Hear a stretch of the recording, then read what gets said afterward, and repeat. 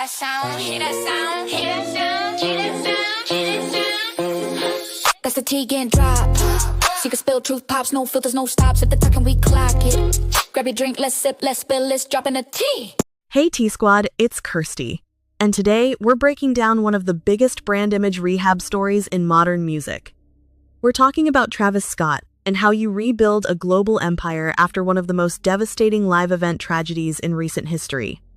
This isn't about stan culture. This isn't about cancel trains. This is about business, PR strategy, legal outcomes, and long-game reputation management. Let's get into it. First, the fallout. In November 2021, the Astroworld Festival ended in tragedy. 10 people lost their lives during a crowd surge. Thousands filed civil claims. The headlines were global. The backlash was intense. And the brand damage? Immediate. At that moment, Travis Scott's identity built on chaotic energy, rage rap concerts, and lose control vibes suddenly looked reckless instead of electric. Corporate partners hit pause. Public opinion split in half. Lawsuits piled up. This is the part where most artists disappear for years. But that's not what happened. Now, let's talk legal reality. In June 2023, a Texas grand jury declined to indict Travis Scott on criminal charges related to the event. That removed the biggest threat to his career criminal liability. Fast forward to May 2024. All wrongful death lawsuits connected to Astroworld were settled. Confidential terms. Quietly handled. Important nuance, though, thousands of injury claims were still part of broader litigation at that time. So, legally, this wasn't a clean slate overnight. It was more like pressure slowly decreasing instead of exploding.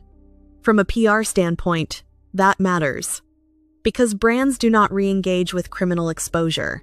They can work around controversy. They cannot work around prison risk. Now here's where it gets interesting. Instead of launching into apology tours, Travis leaned into output. In 2023, he dropped the album Utopia, and it debuted at #1 on the Billboard 200. Nearly 500,000 album equivalent units first week. Massive streaming numbers. Physical sales push. Strategic chart play. Translation? Demand never disappeared. Then came the Circus Maximus World Tour. Over 2 million tickets sold globally. Roughly $250 million in gross revenue. And here's the cold truth of the entertainment industry. Money changes the narrative. When arenas sell out, venues book you. When tours grows high, sponsors reconsider. When fans show up, brands follow. That's not morality, that's market logic. Now let's talk endorsements. Immediately after Astroworld, Nike delayed sneaker releases tied to Travis. That was the corporate distancing move, standard playbook. But the partnership never fully dissolved. Over time, sneaker drops resumed. Limited releases still moved units. The hype ecosystem remained intact. Even in late 2025, sneaker press was still speculating about his influence in the Jordan space.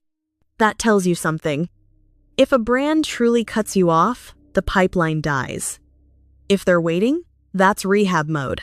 Another key move, diversification. Travis expanded his Cactus Jack branding. Fashion collaborations continued.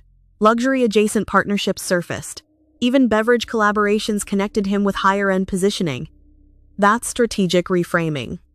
Instead of rage concert chaos, the image shifts toward creative director, brand architect, cultural curator. Same person, different framing. Now, let's address the emotional side. For victims' families, settlements don't equal healing. For critics, commercial success doesn't equal accountability. That tension still exists.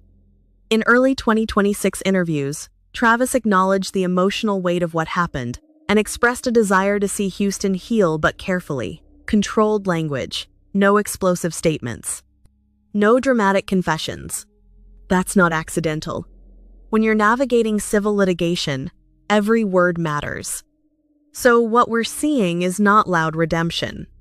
It's quiet recalibration. So, is the brand rehab working? Commercially, yes. Legally, stabilized. Culturally, complicated. He didn't vanish. he didn't collapse. He didn't publicly self-destruct. Instead, he leaned into output, diversified revenue streams, reduced legal exposure, and let times soften outrage. That's modern celebrity crisis management. It's not about erasing the past. It's about overwhelming it with new chapters. And here's the bigger question, T-Squad. In today's digital age, does success equal forgiveness? Or does it just mean attention moved on? That's the real debate. Drop your thoughts below. Like and subscribe, and keep sipping that tea.